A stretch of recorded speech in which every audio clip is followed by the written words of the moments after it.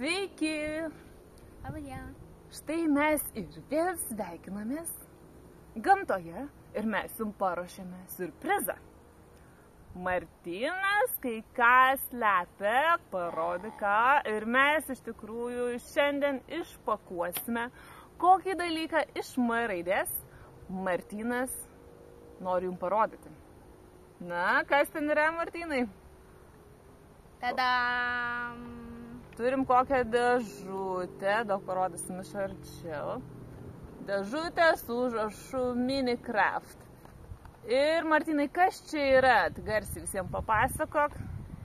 Minecrafto pakabukai. Jie gali būti šviečiantis naktį arba auksiniai. Ir mes čia vieną iš jų rasim. Čia. Arba paprastas. Gerai, mes nežinom, kas čia yra, atidarinėsim kartu su jumis ir palinkėkim turbūt Martynui sėkmės. Na, gerai, o kokią tu labiausiai norėtum? Gal auksinio kryperio. Ok. Kaip manote jūs, kas čia bus? Komentuokite, kol dar nepamatėte. O mes tikrinam. Na, Martynai? Kas ten? Dėžutė aiškiai nukenčia. Ir pralošė kovą. Jėzus, vargšė dėžutė, kas čia bus? O man atrodo, gal čia tas violetinis dalykėlis bus. Aš mačiau, ten buvo kažkoks pavaizduotas. Ten absolut. Taip, atspėjai. Va.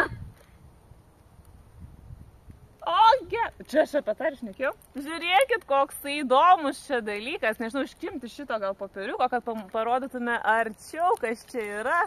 Geras, Martynai, ar esi patenkintas? Žinau, kad norėjai kito. Ir daug retesnių. Na, bet čia kaip loterija. O, neatsidaro, bet mes būtinai jums tuoj parodysime, kaip tai atrodo iš arčiau. Mama, gali padėti. Mamos pagalbos reikia.